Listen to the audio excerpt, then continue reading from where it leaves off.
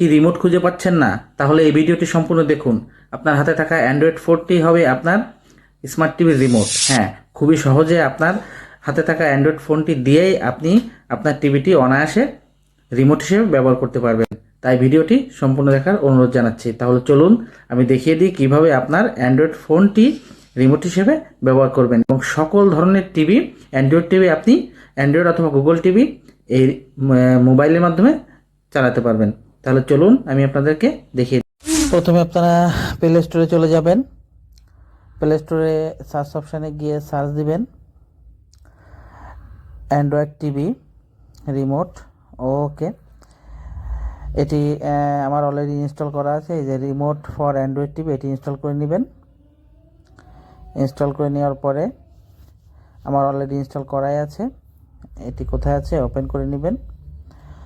হ্যাঁ, ওপেন করার পরে দেখুন এখানে অলরেডি কিন্তু টিভিটা অন করে নেবেন তার আগে। আর টিভি যে ওয়াইফাইতে কানেক্ট, ঠিক সেই ওয়াইফাইতে কিন্তু ফোনটিও কানেক্ট করে নেবেন, তা না হলে কিন্তু কাজ করবে না। এখন কিন্তু সার্চ হচ্ছে অটো, যে টিভিগুলো অন থাকবে সেই টিভিটা কিন্তু অটোমেটিক্যালি ওখানে আপনার পাবে।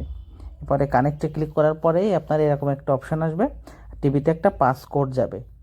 সেই কোডটা কিন্তু আপনার ওইখানে বসাতে হবে। দেখুন এই যে টিভিতে এরকম একটা কোড যাবে, এই যে এই ধরনের একটা কোড যাবে। এই কোডটা কিন্তু এখন আপনার সেম কোডটা ওইখানে বসাতে হবে, এই যে এখানে বসাইতে হবে। এখানে এখন আমি কোডটা বসাবো। ওকে, কোডটা তারপরে আমি সাবমিট দিব। কোডটা বসানো হয়ে গেলে যে সাবমিট দেওয়ার সঙ্গে সঙ্গে কানেক্ট হয়ে যাবে।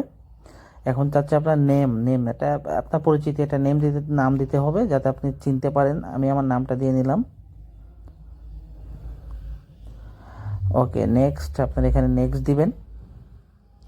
ওকে, ডান। এখন দেখুন এখানে কিন্তু টাচ, অর্থাৎ আপনার ল্যাপটপে যে টাচের মতো উপর নিচে ডানে বামে যেটা করলে কাজ হয়, যেটা টাচ বোর্ড, এটা কিন্তু উপরে টাচ বোর্ড দেখতে পাচ্ছেন। ভলিউম কি আছে, সব কিছু, হোম পেজ আছে, সুন্দর। এই যে আমি ভলিউম দিচ্ছি, এই যে সুন্দর কাজ করছে।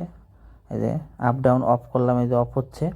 এটা কিন্তু অন হবে না, আপনি অফ করতে পারবেন। অন করতে গেলে কিন্তু আপনার নিচে থেকে টিভিতে টিভির নিচের যে সুইচ বাটন, ওটা কিন্তু অন করে নিতে হবে।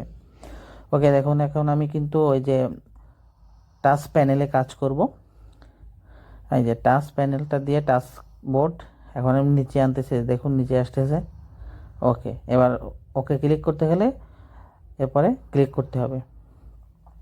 আমি এখন ইউটিউবে ঢুকবো, এই যে কত সুন্দরভাবে ঢুকে যাচ্ছে, খুবই সহজে। দেখুন এই যে আমি ডানে নিচ্ছে, বামে নিচ্ছি, যে কোনোভাবে কিন্তু চালাতে পারতেছি। খুবই সহজ, তাই না? আপনারা কিন্তু আপনার রিমোট হারিয়ে গেলেও কোনো সমস্যা নেই, এভাবে কিন্তু ফোন দিয়েই একেবারে পারফেক্টলি ইউটিউব, স্মার্ট টিভি, যে কোনো টিভি চালাতে পারবেন। তাহলে আজ এ পর্যন্ত, ভালো থাকবেন, ধন্যবাদ।